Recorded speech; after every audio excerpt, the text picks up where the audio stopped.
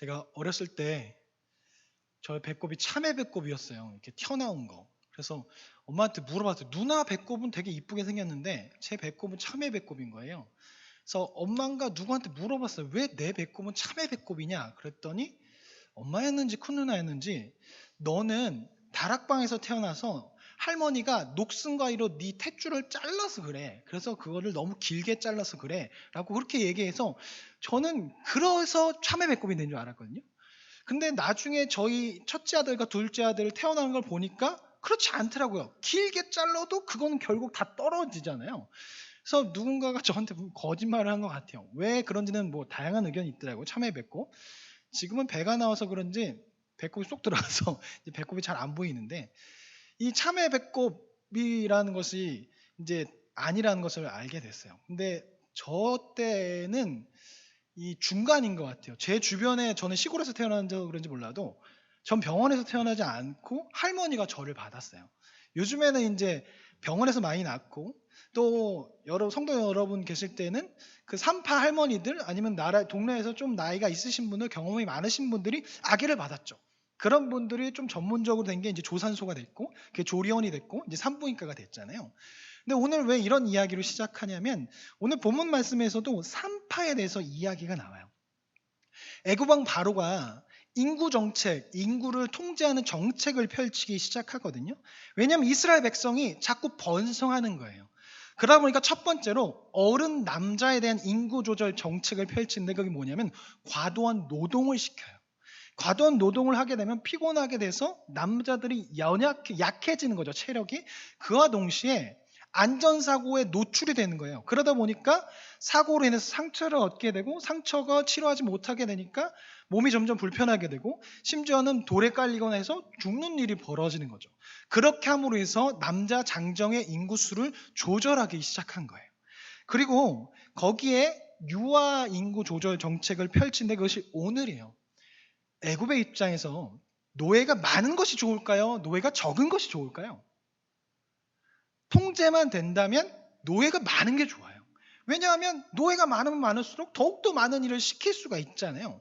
그런데 문제는 무엇이냐면 통제가 안 되면 너무나 많은 숫자가 되면 혹여나 지난 시간에 배웠던 것처럼 전쟁이 일어났을 때 함께 다른 대적들과 구테타를 일으킬 수가 있기 때문에 위험성이 있는 거죠.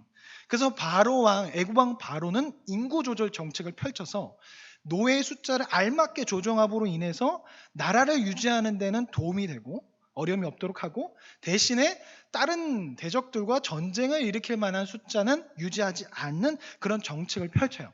이제 어른들의 숫자는 어느 정도 조절을 했어요. 근데 남은 거는 태어나는 거죠. 어른들만 조정하면 인구 조절이 안 되잖아요. 태어나는 것도 막아야지 인구 조절이 되기 때문에 오늘 본문 말씀에서는 인구 조절을 하기 시작해요.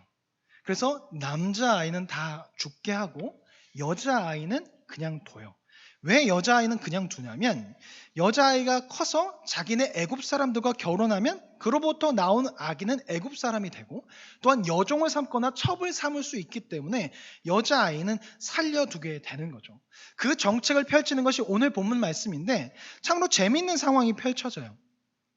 애굽 왕 바로가 산파를 부르는데 히브리 산파를 불러요. 애굽인 산파를 부르는 것이 애굽 사람으로서 더 믿음직하잖아요. 근데 애굽인 산파가 아니라 오늘 본문 말씀에 보면 히브리 산파를 불러요. 히브리 산파가 아니라 애굽인 산파를 불러야 더욱더 효과적일 텐데 히브리 산파를 부른다라고 오늘 본문에 나와 있죠. 그래서 이것에 대해서 학자들이 여러 가지 의견을 내는데 전통적인 의견은 히브리인 산파다라고 얘기해요. 그러니까 이 산파가 히브리인이 맞다라고 이야기해요. 전통적인 거는.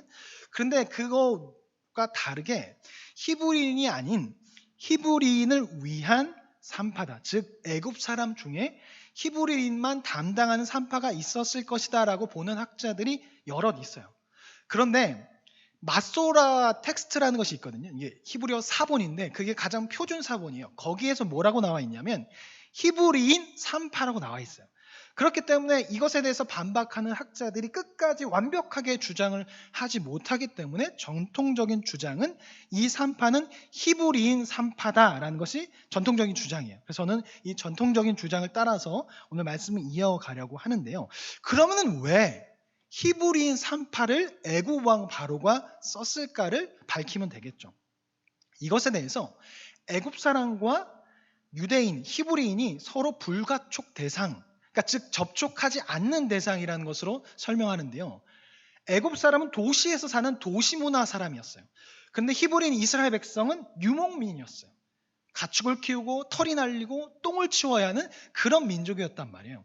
그러다 보니까 애굽 사람이 이 히브리 사람, 가축을 키우는 히브리 사람과 접촉하려고 하지 않고 이들을 미천하고 천한 민족이라고 생각했어요. 그래서 함께 하지 않았던 거죠. 이것을 어떻게 알 수 있냐면 예전에 야곱과 야곱의 70명의 아들들이, 후손들이 애굽으로 들어왔어요. 근데 여러분 생각해 보세요. 우리나라에 난민들 들어올 때 반대하는 사람이 많을까요? 찬성하는 사람이 많을까요? 찬성하는 사람도 있겠지만 반대하는 사람이 더 많아요. 이 사람이 어떤 생각을 갖고 있는지도 몰라요. 그리고 우리가 다른 민족이 와서 괜히 우리나라를 해칠까봐 그런 반대를 우리나라도 지금 하고 있단 말이에요. 많은 사람들이. 애굽도 마찬가지겠죠. 만약에 위협이 된다면 생전 모르는 사람이 애굽의 자신들의 도시 안으로 들어온다면 이것은 위협이 되고 싫을 거란 말이에요. 그런데 그들을 받아들였어요. 왜냐하면 이 사람들은 도시 문화 사람이 아니라 유목민, 가축을 키우는 사람이라서 도시에서 떨어져서 저 고센 지역에서 가축을 키우며 살아가는 사람. 즉 자신들이 생각할 때 쟤네들은 상대할 가치도 없네. 또 우리가 떨어져 산다니까 그냥 둬도 상관없는 사람들이다 라고 생각했기 때문에 그들을 받아주었던 것이죠. 그렇기 때문에 애굽 사람과 히브리인 이스라엘 사람은 서로 접촉할 수 없는 대상이었기 때문에 바로 애굽 왕 바로는 히브리 산파를 사용했던 것이죠. 또한 바로 왕의 권력이 너무나 셌기 때문에 히브리 산파를 할지라도 바로 왕의 명령을 거절하지는 못했을 거예요. 여기에 또 오늘 나온 산파 이름이 십브라와 부하라는 이름이 사용됐는데 이것이 셈적 언어, 즉 히브리어 이름이라고 이야기를 해요. 그래서 이것을 합쳐서 보았을 때 오늘 본문에서 히브리 산파는 히브리인으로 보여지고 애굽과 히브리인이 서로 만나지 못했기 때문에 바로 왕이 히브리인 산파를 사용했던 걸로 보여져요. 여기에 보이지 않는 하나님의 계획과 섭리가 담겨져 있는데요. 사람들 눈에는 보이지 않아요. 그렇지만 하나님의 계획은 계속적으로 진행된다고 말씀을 드렸잖아요. 그것을 어떻게 알 수 있냐면 산파의 이름 중에 십브라라는 사람이 있어요. 어디서 좀 들어보지 않았어요? 출애굽기 안에서 70인역이라는 성경에서 이 십브라가 셋보라라고 나와 있는데 이 셋보라가 누구냐면 우리가 알고 있는 모세의 부인 십보라예요. 십보라. 미디안 광야로 도망쳤잖아요. 모세가 40살에 그때 그 모세를 거둬서 40년 동안 살아갈 수 있게 한 부인이 바로 십보라죠. 근데 지금 여기서 아이들을 받는 산파의 이름이 십보라예요. 십보라죠. 당시에 바로의 정책으로 인해서 아기는 다 죽을 수밖에 없었어요. 그런데 이 십보라에 의해서 이 아기가 살아나게 되죠. 그리고 그 아기에는 모세도 포함되어 있었어요. 그리고 모세가 광야로 갔을 때 십보라를 통해서 광야에서 죽을 수밖에 없었는데 십보라를 통해서 생명을 유지하게 되죠. 모세의 삶에 하나님의 계획이 자리 잡고 있는 것이죠. 태어날 때도 십보라라는 사람에 의해서 생명을 유지하게 되었고 광야에서도 40년이 지나고 광야에서도 십보라라는 사람에 의해서 생명을 유지할 수 있었어요. 하나님의 놀라우신 은혜가 모세의 삶에 자리하고 있는 것이죠. 그리고 그 은혜가 성경의 기록됨으로 인해서 우리는 볼 수 있는 거죠. 만약 기록되지 않았다면 모세에게 있었던 그 은혜가 거기서 끝났을 거예요. 그런데 끝나지 않았어요. 왜? 기록되었기 때문에. 그래서 우리에게 전해져서 우리는 볼 수 있죠. 하나님의 그 보이지 않는 계획이 기록됨으로 인해서 수천 년 전에 일어났던 것이 수천 년 동안 이루어졌고 또 지금도 여전히 이루어지고 있고 그것을 우리는 보고 있어요. 오늘날 우리의 삶에 하나님의 보이지 않는 계획은 계속적으로 일어나고 있어요. 그리고 우리는 경험할 수 있죠. 그리고 이 하나님의 계획과 하나님의 은혜는 앞으로도 우리 삶에 계속적으로 이루어질 거예요. 그렇게 우리의 삶에 있는 그 하나님의 은혜와 계획을 볼 수 있어야 되고 그것을 놓고 기도해야 돼요. 하나님, 내 삶에 그 하나님의 은혜와 진행되고 있는 그 계획되고 있는 그 하나님이 은혜를 볼 수 있는 눈을 달라고 기도해야 돼요. 성경을 읽을 때 단지 하나님 그 영웅 이야기, 기적 이야기로 보는 것이 아니라 하나님의 역사 이야기로 봐야 해요. 인간의 삶에 하나님이 역사하신 것을 볼 수 있어야 하고 그것을 놓고 우리는 기도해야 되고 그 하나님의 역사가 내 삶에도 나타날 수 있게 해달라고 기도해야 할 거예요. 어떤 사람이 어떤 한 것에 꽂히면 다른 것을 보지 못하게 되는 경우가 있어요. 제가 전에 영화를 본 적이 있거든요. 선생님들하고 영화를 봤어요. 아쿠아맨이라는 영화를 봤는데 재밌어요. 그 영화 되게 바다도 나오고 풍경을 해서 막 하고 막 싸우기도 하고 액션도 나와서 재밌어요. 막 보고 이제 선생님들하고 얘기를 했어요. 너무 재밌지 않아요? 근데 이 선생님은 여성 주인공에 빠진 거예요. 그러니까 뭐라고 얘기하냐면 다 마음에 드는데 한 가지 마음에 안 들어요. 여성 주인공이 더 센 것 같고 더 힘이 좋은 것 같은데 왜 스토리가 남자 주인공에게만 맞춰서 진행되냐 이렇게 얘기하더라고요. 근데 영화의 제목이 뭐예요? 아쿠아맨이잖아요. 그러니까 남자로 인해서 진행될 수밖에 없어요. 만약 여자 주인공이라면 아쿠아 걸이 되겠죠. 근데 아쿠아맨이니까 스토리가 남자 주인공으로 인해서 돌아갈 수밖에 없는 거죠. 근데 여자 주인공이 꽂히다 보니까 그것을 스토리를 제대로 보지 못했던 거예요. 우리가 성경을 볼 때도 그래요. 무언가 내 생각에 꽂혀 있으면 어떤 거 내가 좋아하는 것에 꽂혀 있으면 성경 안에 담겨져 있는 하나님의 역사심을 보지 못할 때가 있어요. 그냥 하나의 기적 이야기만 보고 하나님의 영웅담으로만 보게 되는 거죠. 근데 성경 안에는 하나님의 역사심이 분명히 있고 성경의 주인공은 하나님이고 예수님이고 성령님이라는 거죠. 그렇기 때문에 우리는 성경을 볼 때 하나님의 역사심과 그 안에 주인공인 하나님을 제대로 볼 수 있어야 할 것입니다. 애국왕 바로는 이제 히브리 산파를 불러서 괴로운 일을 시켜요. 그것이 무엇이냐면 생명을 죽이라는 거예요. 히브리 산파의 직업은 하는 일은 생명을 살리는 거예요. 그런데 그 정반대의 일을 지금 하라고 명령을 내린 거죠. 유대인 구약학자 중에 사르나라는 사람이 있는데 이 사람이 말하기를 당시에 애굽에서 산파는 사람들로부터 상당히 존경받는 직업이었대요. 아마도 생명을 다루는 영역이라서 생명은 신의 영역이잖아요. 근데 그 생명을 이 땅 가운데 잘 태어날 수 있게 하는 역할을 하기 때문에 존경받지 않았을까라는 생각이 들어요. 그리고 성경에는 여성의 이름이 잘 등장하지 않아요. 아무래도 그때 당시 남성 중심주의로 성경이 좀 기록되었기 때문에 웬만하면 여성들 이름이 기록되지 않아요. 그런데 지금 여기 여성들의 이름이 기록되어 있어요. 이것은 그만큼 당시의 사람들에게 유명하거나 아니면 존경받는 위치에 있었던 사람이었던 걸로 볼 수 있는 것이죠. 그래서 이 히브리 산파는 당시에 상당히 존경받는 위치에 있었던 사람이에요. 그런데 이 히브리 산파가 왕의 명령을 거절한다면 어떻게 될까요? 그 존경받는 위치가 다 사라질 거예요. 그 지위가 다 사라질 거예요. 그렇기 때문에 지금 히브리 산파에게 인생에서 가장 큰 위기가 발생했어요. 자신이 하는 일은 하나님의 전적인 영역인 생명을 잘 이 땅 가운데 정착할 수 있게 하는 것인데 그 반대인 생명을 죽이는 일을 하게 된 것이죠. 생명은 하나님의 권한이에요. 그런데 그것을 히브리 산파는 잘 알고 있었을 것인데 지금 바로 왕이 스스로 하나님이 되어서 그것을 하지 말라라고 명령하고 있는 거죠. 이제 히브리 산파는 고민에 빠졌어요. 하나님을 하나님으로 인정하고 왕의 권위를 무시할 것인가? 아니면 하나님의 권위를 무시하고 왕의 권위를 인정하여서 생명을 죽일 것인가? 히브리 산파가 하나님의 권위를 인정하고 왕의 명령을 어긴다면 히브리 산파의 지위는 사라질 거예요. 이방 땅에서 어렵게 세운 그 자신의 지위는 다 사라질 거예요. 그뿐만 아니에요. 고대 시대에 왕, 특히 애굽의 왕의 권력은 어마어마했어요. 그리고 지금 이방 땅에서 이스라엘, 히브리인은 노예예요. 숙청의 대상이었어요. 그런데 지금 왕의 명령을 어긴다? 생명이 위태로울 수 있는 것이죠.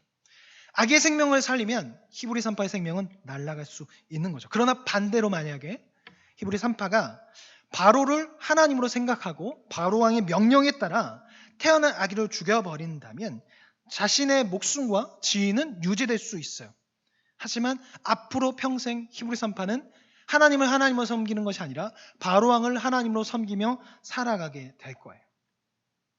이제 히브리 산파는 고민에 빠졌죠. 자신의 지위를 유지하고 목숨을 유지하기 위해서 아기를 죽일 것인가?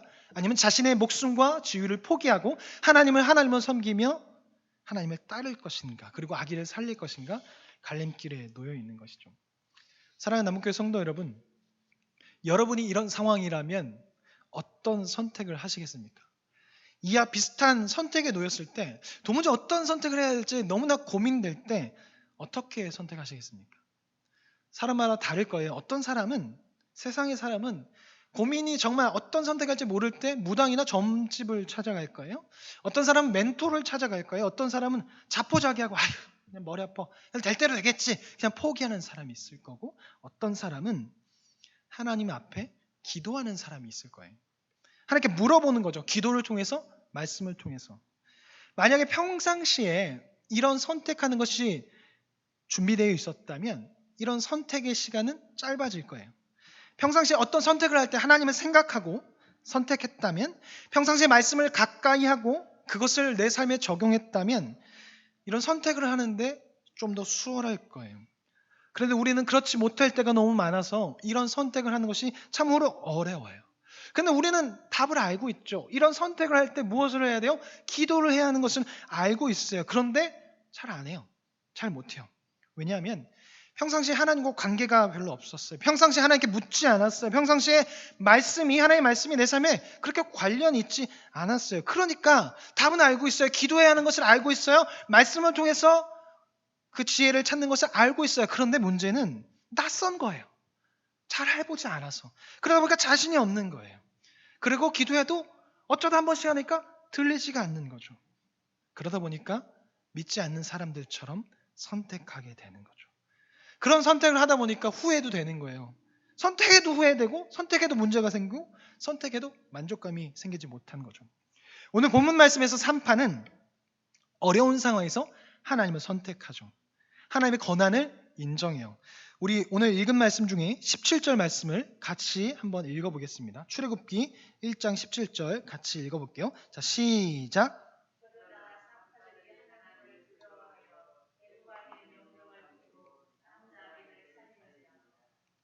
히브리 산파가 하나님을 두려워해서 바로 왕의 명령을 어겨요.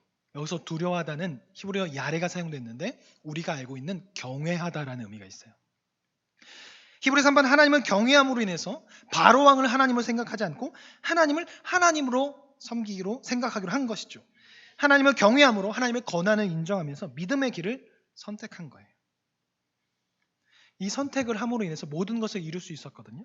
그런데 히브리 산파는 정답이 무엇인지 알기에 정답인 하나님을 선택한 것이죠. 이 사건으로 해서 결국 히브리 산파는요, 바로왕에게 끌려가요. 들통이 나서 끌려가요. 그리고 이제 책망을 받게 될 일만 남았어요. 그리고 끌려 나와서 목숨을 잃게 되거나 모든 것을 다 빼앗기게 될 거예요. 그런데 그때 하나님께서 히브리 산파에게 지혜를 주시거든요. 우리 같이 다시 한번 18절부터 20절 말씀을 같이 한번 읽어볼게요. 자, 18절부터 시작. 애굽 왕이 산파를 불러 그들에게 이르되 너희가 어찌하여 이같이 남자 아기들을 살렸느냐. 산파가 바로에게 대답하되 히브리 여인은 애굽 여인과 같이 아니하고 건장하여 산파가 그들에게 이르기 전에 해산하였더이다 하매 하나님이 그 산파들에게 은혜를 베푸시니 그 백성은 번성하고 매우 강해지니라. 아멘. 하나님께서 산파에게 지혜를 주셨어요. 그래서 지혜로운 대답을 하게 하는 거죠. 그리고 그것으로 인해서 히브리 산파가 해를 당하는 것이 아니라 하나님께 복을 얻게 되고 번성하게 되고 이스라엘도 역시 번성하게 돼요. 우리는 어려우면 어려울수록 하나님을 경외함으로 하나님께 물어봐야 합니다. 어려운 상황 가운데 하나님의 경외함의 선택을 할 수 있도록 준비되어야 해요. 우리 어려운 가운데 하나님을 경외함으로 하나님을 바라볼 때, 하나님을 선택할 때 하나님께서 주신 지혜로 그 상황을 넘어갈 수 있죠. 하나님을 바라보며 한 선택으로 인해서 우리는 온전한 길을 가게 되고 온전한 결과를 얻게 될 거예요. 우리의 삶에 하나님을 선택하는 것, 우리 삶의 선택에 하나님이 있는지 생각해 봐야 합니다. 나의 선택에 나는 하나님을 어떤 선택을 할 때 준비가 되어 있는지, 하나님 안에서 선택할 준비가 되어 있는지 생각해 봐야 해요.